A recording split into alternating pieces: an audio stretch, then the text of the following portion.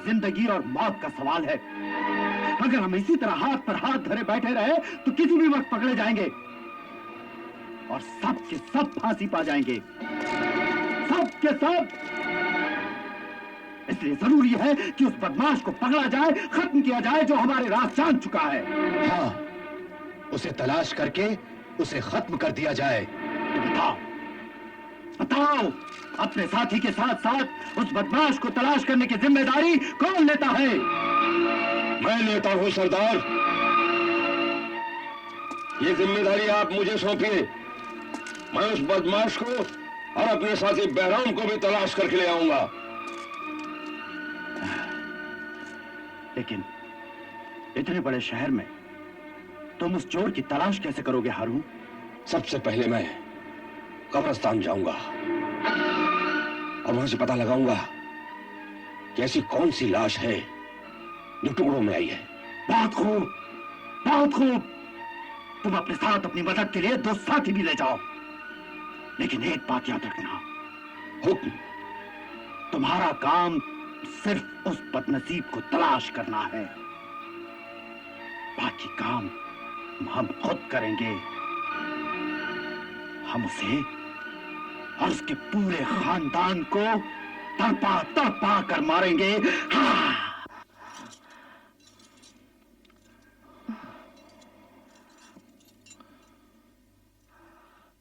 हाँ, तो पहले आपने उसका गला घोंट दिया, मगर वो मरा नहीं, बल्कि किसी न किसी तरह फिर आप तक पहुंच गया।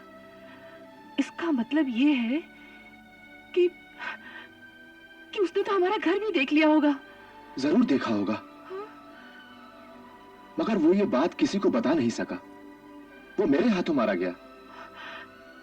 मगर भाईजान, इससे तो खतरा और बढ़ गया। वो कैसे? आज नहीं तो कल एक न एक दिन वो लाश जरूर सामने आएगी और इस दोहरी मार से वो तिलमिला जाएंगे। मगर अब हमें घबराने की जरूरत नहीं, क्योंकि उन्हें हमारा पता ठिकाना नहीं मालूम। मगर खौफ की तलवार तो हमारे सर पर लटक रही है ना। हाँ, जब तक वो डाकू जिंदा है हमें इस खौफ से छुटकारा भी तो नहीं मिल सकता। खुदा उसे गारत करे। मैं तो कहती हूँ ये सारा मालो जर, ये सारी अशरफियां वहीं पर फेंकाओ। वो सोने का निवाला किस काम का जो हमारा सुख चैन छीन ले। अब भी वक्त है, फेंक आओ ये सारी दौलत। मुझे ये रूखी सूखी ही भली। खुदा आपको सलामत रखे, मुझे और कुछ नहीं चाहिए। देखिए अब तीर कमान से निकल चुका है। अगर हम उनकी सारी दौलत वापस भी कर दें तो वो डाकू हमारा पीछा कभी नहीं छोड़ेंगे। हाँ। चचा जान! हाशिम बेटे! चचा जान! अब ना वो डाकू जिंदा रहेगा, ना ही उसका साथी। आप बस उसका पता बता दीजिए, बस पता बता दीजिए मुझे। हाशिम मियां, होश में आओ, होश में आओ, संभालो अपने आप को। भाई, अगर वो तुम्हारे बाप थे तो हमारे भी सगे भाई थे वो। मगर मैं तुम्हारी तरह उन डाकुओं से इंतकाम नहीं लेना चाहता, क्योंकि ये इंतकाम का सिलसिला अगर एक बार शुरू होता है तो फिर कभी खत्म नहीं होता, कभी खत्म नहीं होता वो। हाँ, लेकिन उन डाकुओं ने मेरी माँ की माँ उजाड़ी है। मैं बदला लेकर रहूंगा। हाशिम मियां, हमें यही तालीम दी गई है कि अपने दुश्मनों को भी माफ कर दो। हाँ, अगर वो सामने से वार करे तो उसे नहीं छोड़ना चाहिए। लेकिन चचा जान, मेरा खून खोल रहा है, मेरा खून खोल रहा है। अली बाबा, इसे कुछ समझाओ। ये पागल अपने होश आवाज खो बैठा है। अरे डाकुओं से बदला लेने के लिए निकला है। अरे वो लोग तुझे चींटी की तरह मसल कर रख देंगे। तुम्हें कुछ करो, तुम्हें कुछ कहो नौबत, नहीं तो मेरी छाती फट जाएगी। उनके लिए तो मैंने अपने सीने पर पत्थर रख लिया, लेकिन जवान बेटे पर रोने की मुझ में हिम्मत नहीं है, मुझ में हिम्मत नहीं है। मर्जीना,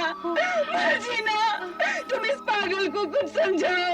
अरे ये मेरी जिंदगी भर की कमाई है, मैं इसे किस तरह से लुट जाने दूं? मैं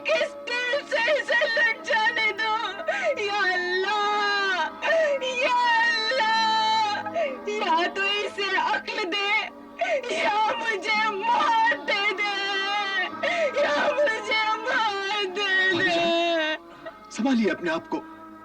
अरे मैं आपकी हालत अच्छी तरह से समझ सकता हूं, मगर आपने कैसे सोच लिया कि हम हाशिम मियां को अकेला छोड़ देंगे? हाँ, अरे वो मेरा बेटा है, हम उसे अकेला नहीं छोड़ सकते। हाँ, आप फिक्र मत कीजिए, हम इनको नहीं जाने देंगे। लेकिन मेरा फैसला अटल है। देखो हाशिम, देखो, जोश में आकर कोई भी कदम उठाओगे वो उल्टा ही पड़ेगा। अरे अरे सबसे पहले तो हमें डाकुओं से बचने की तदबीर सोचनी चाहिए। अरे वो लोग शिकारी कुत्तों की तरह गली गली हमारी मुंह सूंघते फिर रहे होंगे, समझे कुछ?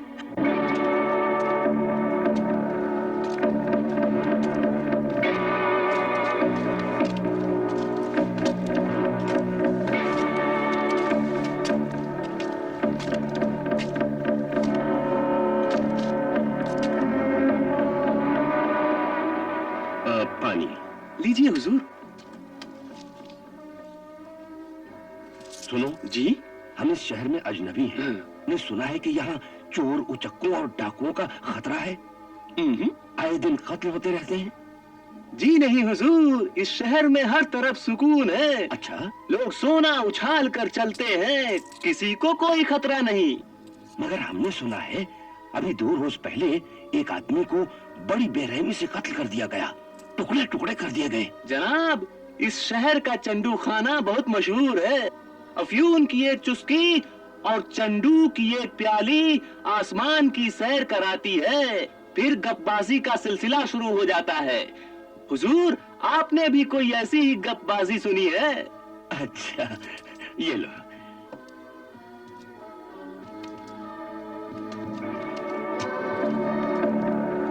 हैरत है, ये कहता है कि इस शहर में कोई कत्ल नहीं हुआ। लगता है हमारा पाला किसी बहुत ही तेज और चालाक दुश्मन से पड़ा है। मगर फिर भी हमें कोई ना कोई रास्ता तो निकालना ही पड़ेगा।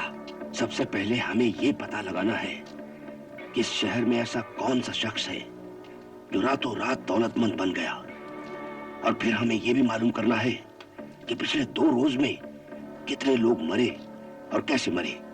हाँ, इस तरह से हम अपने शिकार तक आसानी से पहुंच सकते हैं। और हाँ, हम लोग अलग अलग रहेंगे, मगर एक दूसरे पर नजर जरूर रखेंगे।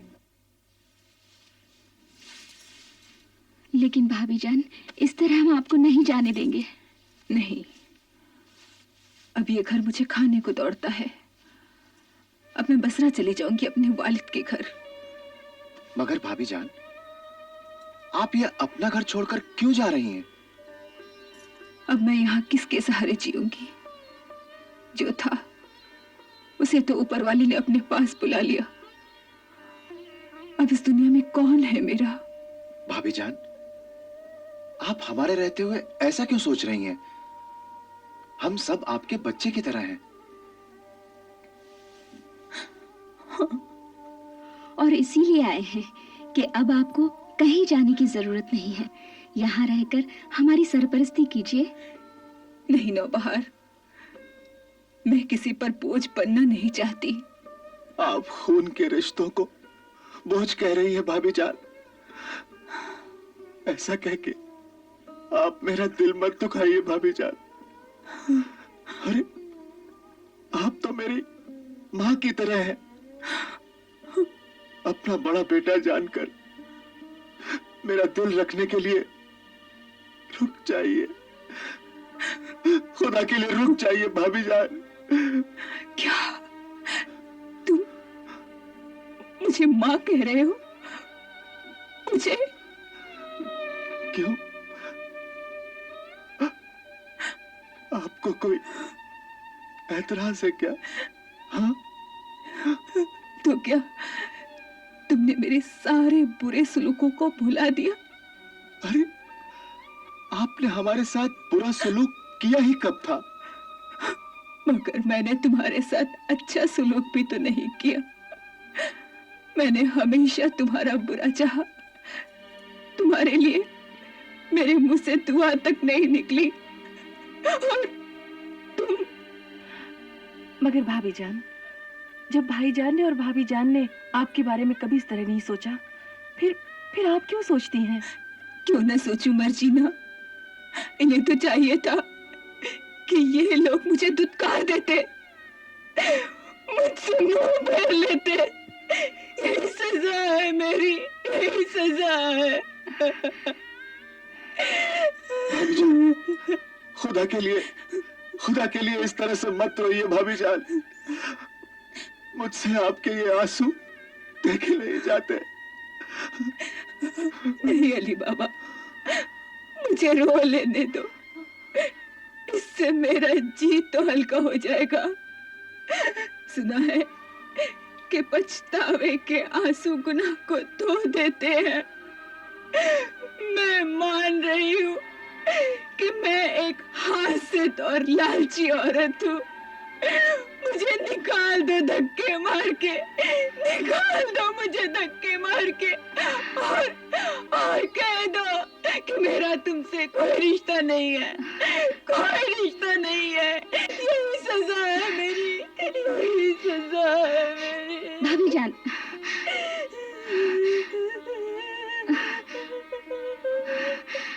भाभी जान, अब आपके दिल का गुबार निकल गया ना। अब अपना फैसला बदल दीजिए और आंसू पोंछ लीजिए। अब आप हाशिम के बारे में सोचिए कि उसे आगे क्या करना चाहिए। हाँ, वो सब मैंने सोच लिया है। हाँ, मैंने बेटे हाशिम के लिए एक दुकान देखी है। अगर भाभी जान इजाजत दें तो वो दुकान हाशिम के लिए खरीद ली जाए। भाभी जान इजाजत क्यों नहीं देंगी? क्यों भाभी जान? नौबहार, हाँ कह दीजिए ना भाभी जान। हाँ कह दीजिए भाभी जान। हाँ, जैसे तुम लोगों की मर्जी। अब तो तुम ही लोग मेरे सब कुछ हो।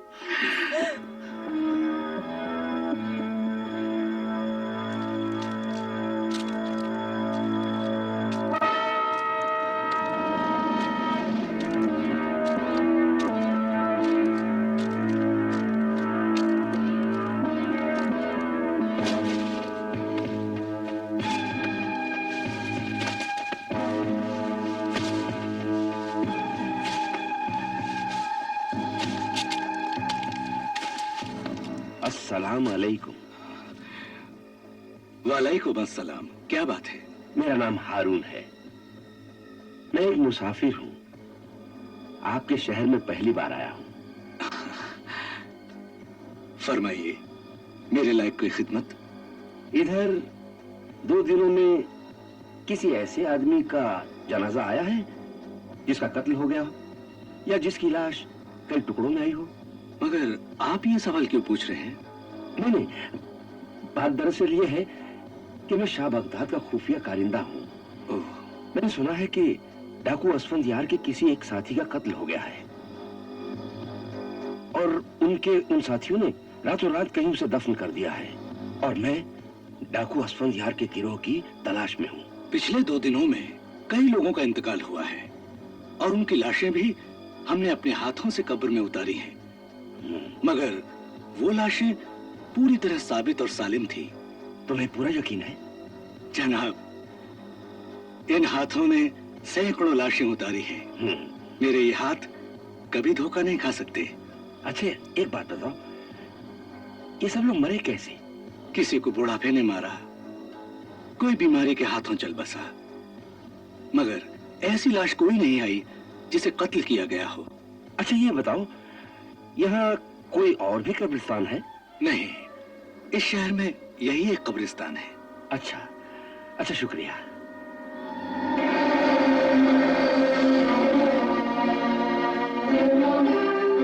लेकिन ये कौन है? एक बदनसीब लकड़हारा है। ओह, बेचारे का भाई अचानक गुजर गया। ओह, बड़े अफसोस की बात है। अच्छा,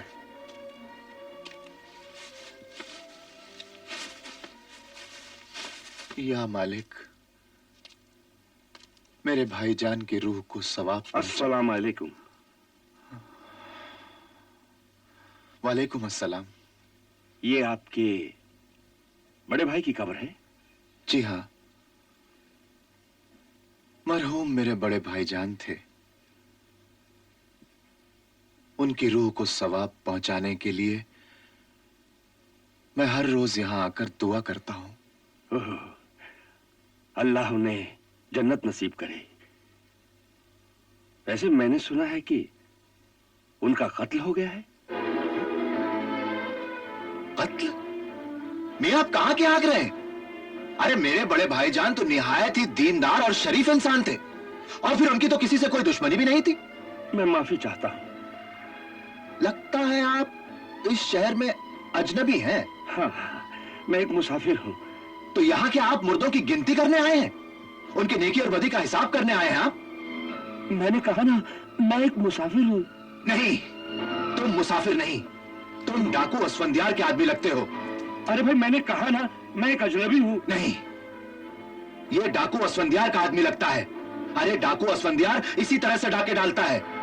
पहले अपने आदमियों को भेष बदलकर वो शहर में भेजता है, ताकि वो रईस और मालदार आदमियों का पता ठिकाना मालूम कर सके। फिर वो उनके यहाँ डाके डालता है। तुम डाकू असफंदियार के आदमी हो। हाँ, हमने भी यही सुना है।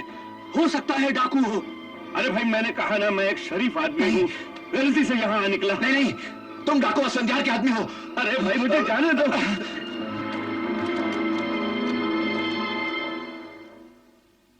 तो अब तमाशा शुरू हो चुका है।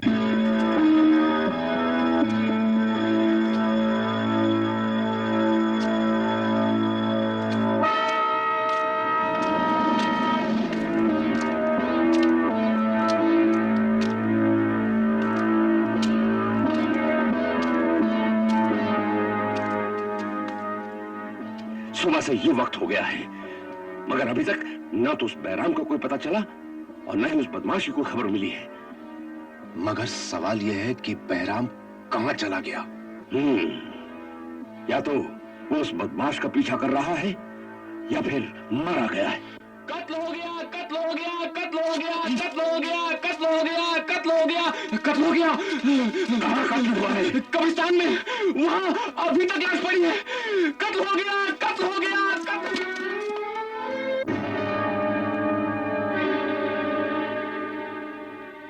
क्या आप इसे जानते हैं? नहीं, मैंने अभी अभी ये लाश देखी है। अच्छा सुनो, अगर इसका कोई वारिस नहीं मिला तो इस लाश को शाही खजाने के खर्चे पर दफन कर दिया जाएगा। कत्ल हो गया, कत्ल हो गया, कत्ल हो गया, कत्ल हो गया, कत्ल हो गया, कत्ल हो गया। ये देखो,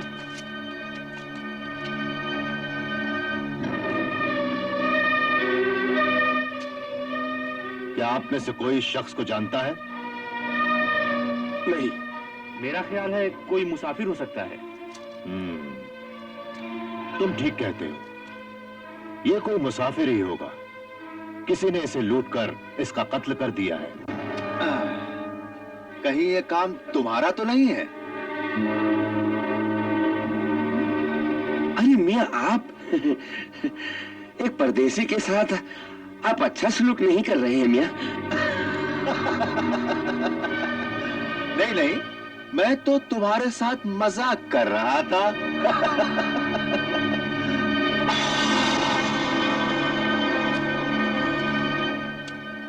अरे ये तो डाकू है। असफंदियार के गिरोह का आदमी है। ये आप कैसे कह सकते हैं? पिछले साल जब हमारा काफिला मुल्क शाम की तरफ जा रहा था तो असफंदियार ने हमारे काफिले पर हमला किया था। उस वक्त ये डाकू उनके साथ था। क्या आपको पूरा यकीन है? अरे मैं इस जालिम को कभी नहीं भूल सकता। इस जालिम ने तलवार का ऐसा हाथ मारा कि मेरा एक हाथ कट गया। ये देखो।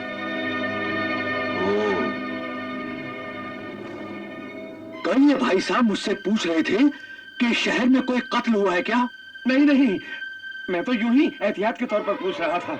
मैंने सुना था यहाँ मुसाफिरों को लूट लिया जाता है। अम्मा, भागते कहाँ हो? सच सच बताओ, ये डाकू तुम्हारा साथी है कि नहीं? अरे जनाब, आप तो मेरे पीछे हाथ धोकर ही पड़ गए हैं।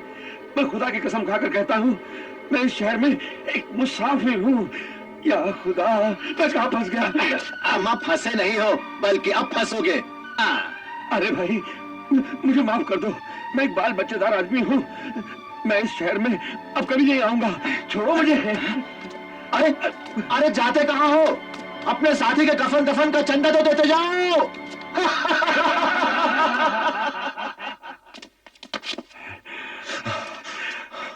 तुम फौरन रवाना हो जाओ। और जाकर सरदार को इतला दो जी। कि अपना साथी बहराम मारा गया है। जी, अच्छा। हम यहीं रुकते हैं। जाता हूं। क्या हमारा साथी बहराम मारा गया? जी हाँ हुजूर, मैंने खुद अपनी आंखों से उसकी लाश देखी है। और हारून कहां है? वो उस बदमाश की तलाश में है। कुछ कामयाबी मिली या नहीं? उन्हें यकीन है कि वे जल्द ही उसके कातिल तक पहुंच जाएंगे। अगर वो नाकाम होकर वापस आया तो मैं उसे भी बहराम के पास पहुंचा दूंगा। आदाब भाभी जान। जीते रहो। आओ बैठो। शुक्रिया। कहो, नौबहार कैसी है? सब आपकी दुआ है। कैसे आना हुआ? भाभी जान, ये उस दुकान के कागजात हैं जो मैंने हाशिम मियां के नाम पर खरीदी है। अब ये चाहें तो आज से ही वहां कारोबार शुरू कर सकते हैं। अली बाबा, हम बरसों साथ रहते हैं,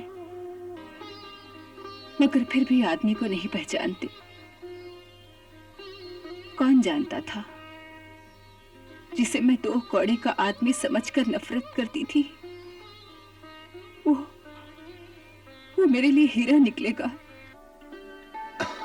भाभी जान, आप भी कहां की बातें लेके बैठ गईं? बेटे हाशिम, अब आप पे बहुत सारी जिम्मेदारियां आन पड़ी हैं। उनको आपको बखूबी निभाना पड़ेगा और अब किसी बात की फिक्र नहीं करना। हाँ, आप चाहें तो आज कल से ही अपना कारोबार शुरू कर सकते हैं। जी चचा जान। अच्छा भाभी जान, खुदा हाफिज। खुदा हाफिज। खुदा हाफिज बेटा।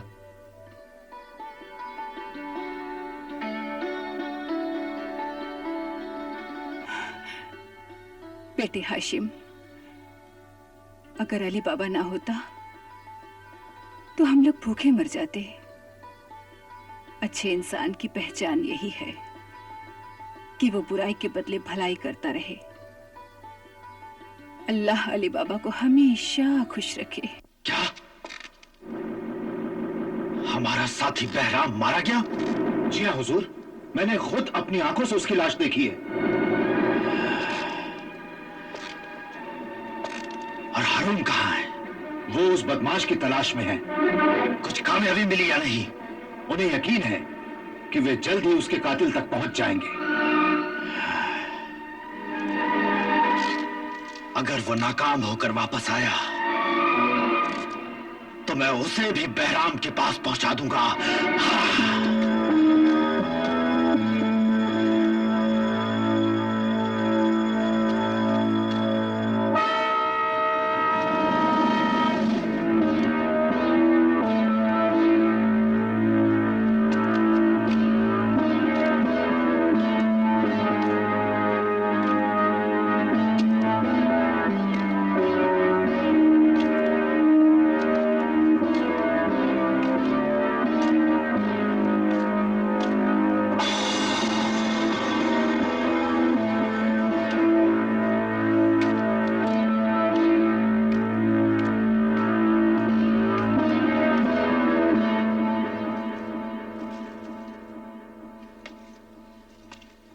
अस्सलाम वालेकुम।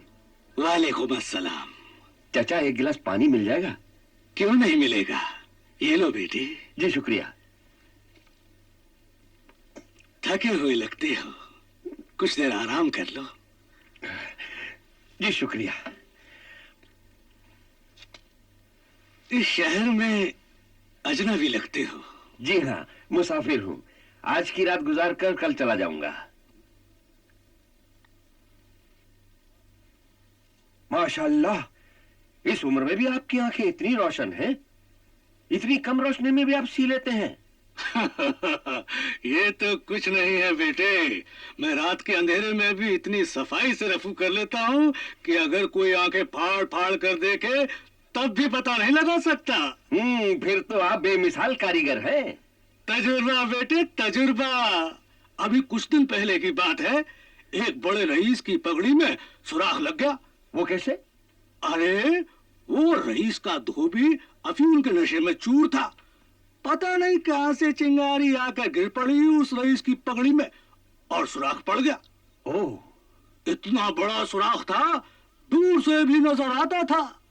अच्छा फिर क्या था? वो धोबी रोता हुआ मेरे पास आया, कहने लगा भाई मुस्तफा कुछ करो वरना मैं तो मारा जाऊंगा।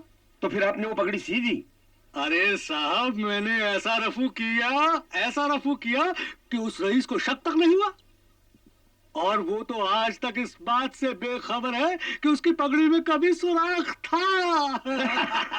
अगर मैं आपको इतनी कम रोशनी में काम करते हुए नहीं देखता तो मैं आपकी बात पर कभी यकीन नहीं करता। इसे कहते हैं हुनर बेटे, हुनर।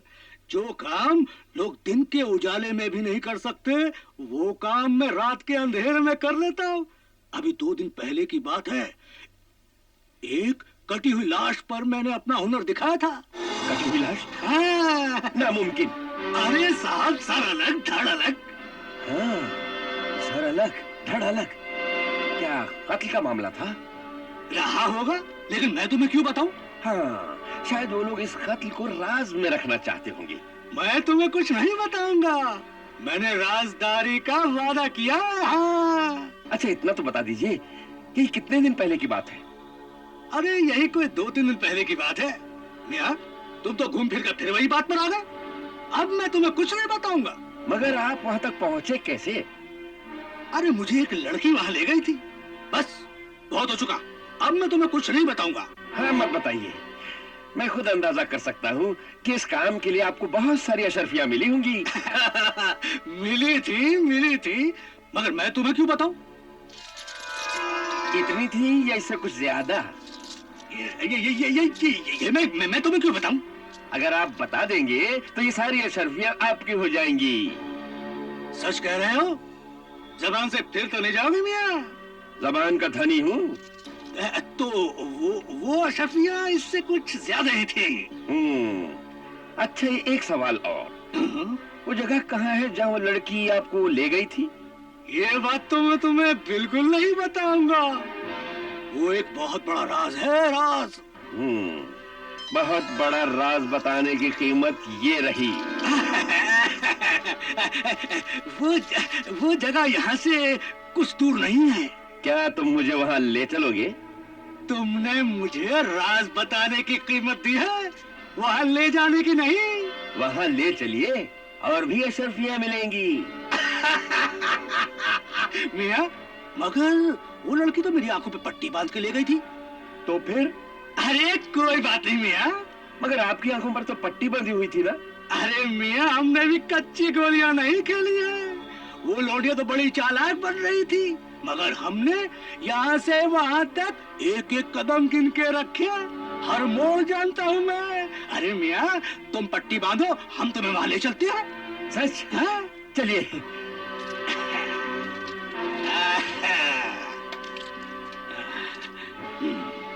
तो मियां, अब तुम हमारी आंखों पर पट्टी बांधो, हम तुम्हें वहां ले चलते हैं।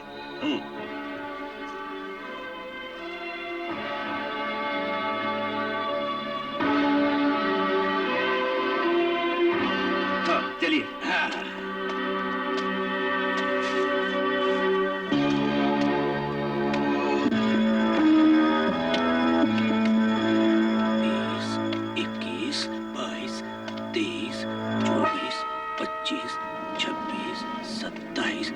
रुक जाओ मियां, यहां से दाएं।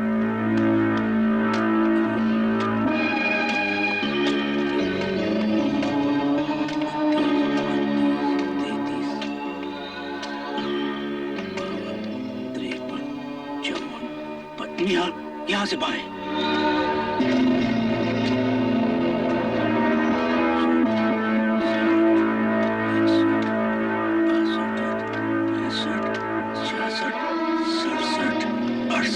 बस, रुक जा। यही वो मकान है जहां मैं लाया गया था। तुम्हें पूरा यकीन है? हाँ, मैं पूरे यकीन के साथ कह सकता हूँ कि यही वो मकान है।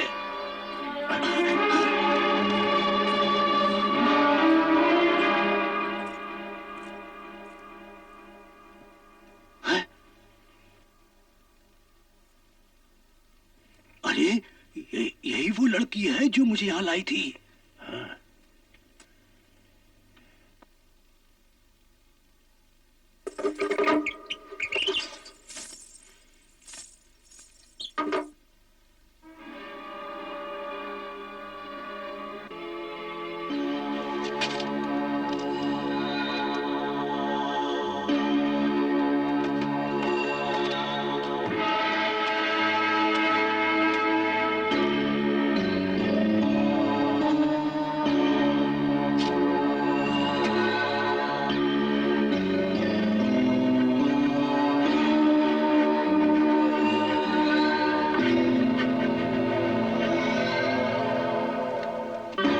ये रहा तेरी मौत का निशान। अब सरदार मौत का फरिश्ता बनकर आएगा और तुम्हारी टिक्का बोटी कर देगा।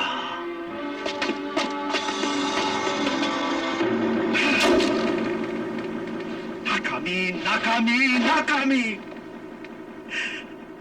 पहले तो उस कमीने ने हमारी दौलत पर हाथ साफ किया, फिर वो लाश ले उड़ा, उसके बाद बहराम और असलम का कत्ल हुआ।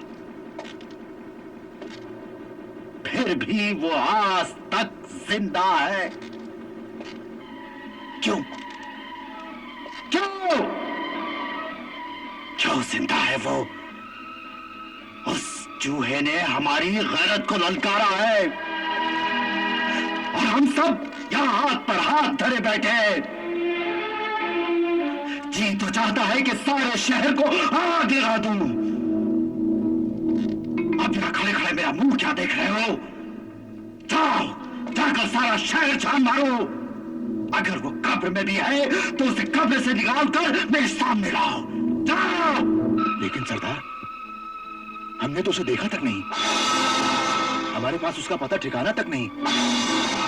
हम उसे कहां तलाश करेंगे?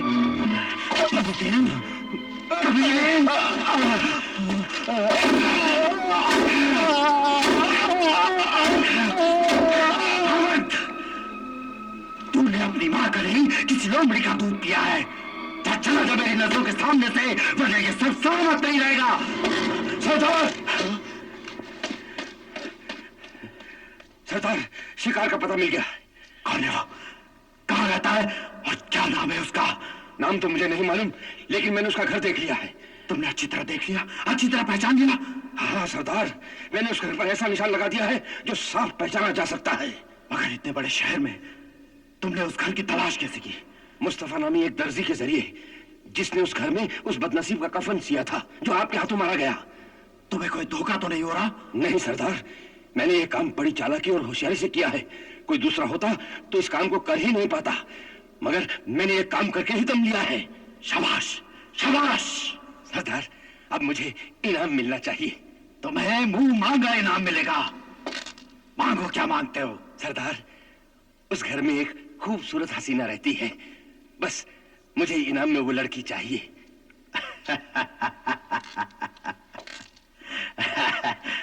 जाओ, वो लड़की तुम्हें मिलेगी, मगर सबसे पहले मैं अपने दुश्मन का दीदार करूंगा। फिर देखूंगा वो मेरे खंजर के कितने वार झेल सकता है और मैं उस पर कितने वार कर सकता हूं। हाँ।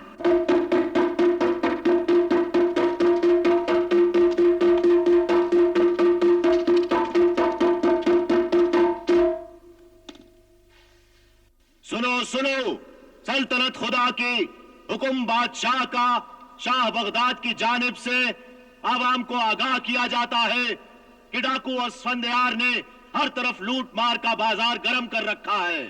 अब इस संगदिल डाकू की नजर हमारे शहर बगदाद पर भी पड़ी है, मगर आवाम को घबराने और खौफजदा होने की कोई जरूरत नहीं है, क्योंकि पहरा सख्त कर दिया गया है। हर अजनबी पर कड़ी नजर रखी जा रही है।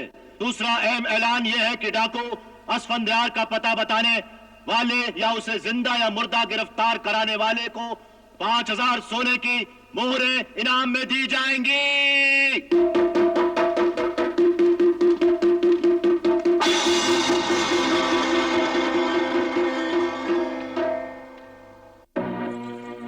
सुना है शहर में जगह जगह डाकू असफंदयार के बारे में ऐलान हो रहा है।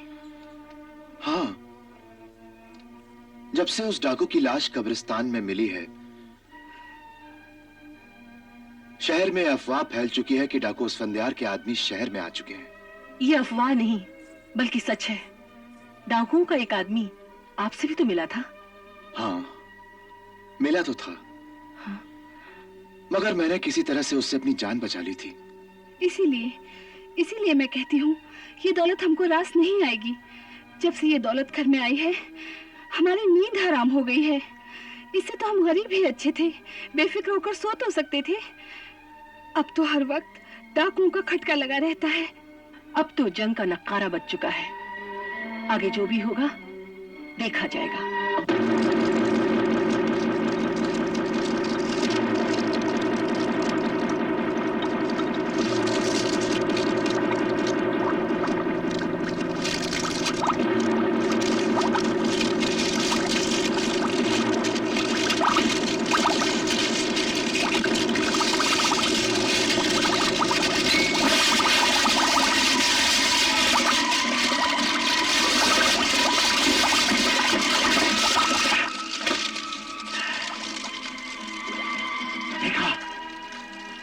तुम लोगों ने मैं अपने दुश्मन को कैसे मारूंगा, कैसे उसका खात्मा करूंगा, ये है उसका नमूना। सरदार असफंदयार जिंदाबाद जिंदाबाद, सरदार असफंदयार जिंदाबाद जिंदाबाद, सरदार असफंदयार जिंदाबाद जिंदाबाद। अब हमें एक एक कदम फूक फूक कर रखना होगा। सरदार सरदार सरदार, शहर में जगह जगह लोगों से कहा जा रहा है कि आपसे होशियार रहे। आपके सर की कीमत लगा दी गई है। अच्छा, कितनी कीमत लगाई है हमारे सर की? 5000 सोने की मोहरें। बस?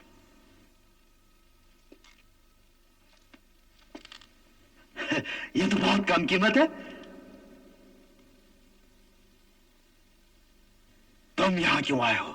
सरदार, जगह जगह पहरा लगा हुआ है। शहर में दाखिल होने वाले हर अजनबी पर कड़ी नजर रखी जा रही है। ऐसे में हम वहां किस तरह दाखिल होंगे सरदार? हसन, असफंदयार एक सैलाब है, आंधी है, तूफान है।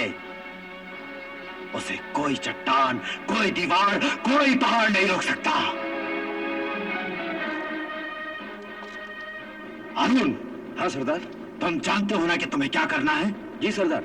याद रहे, याद रहे, हमें हर हाल में अपने दुश्मन का खात्मा करना है। आज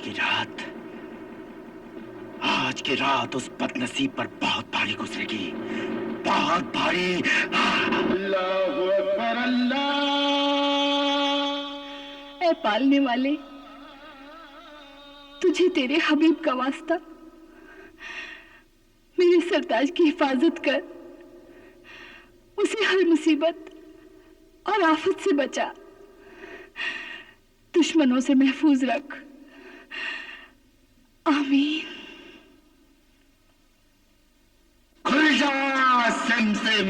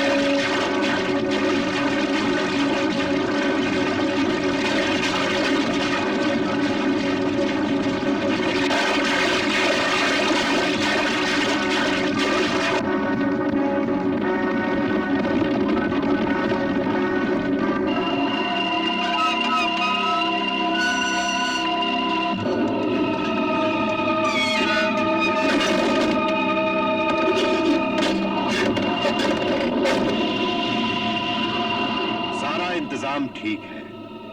जब तक असफंदियार का खतरा है, ये पहरा इसी तरह कायम रहेगा।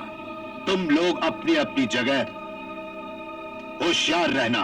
अब मेरी बात गौर से सुनो। हम अपनी तदबीर के मुताबिक शहर में दाखिल होंगे और शहर में चारों तरफ फैल जाएंगे। मगर हम दाखिल किस तरह होंगे सरदार? शहर के दरवाजे पर तो सख्त पहरा लगा हुआ है।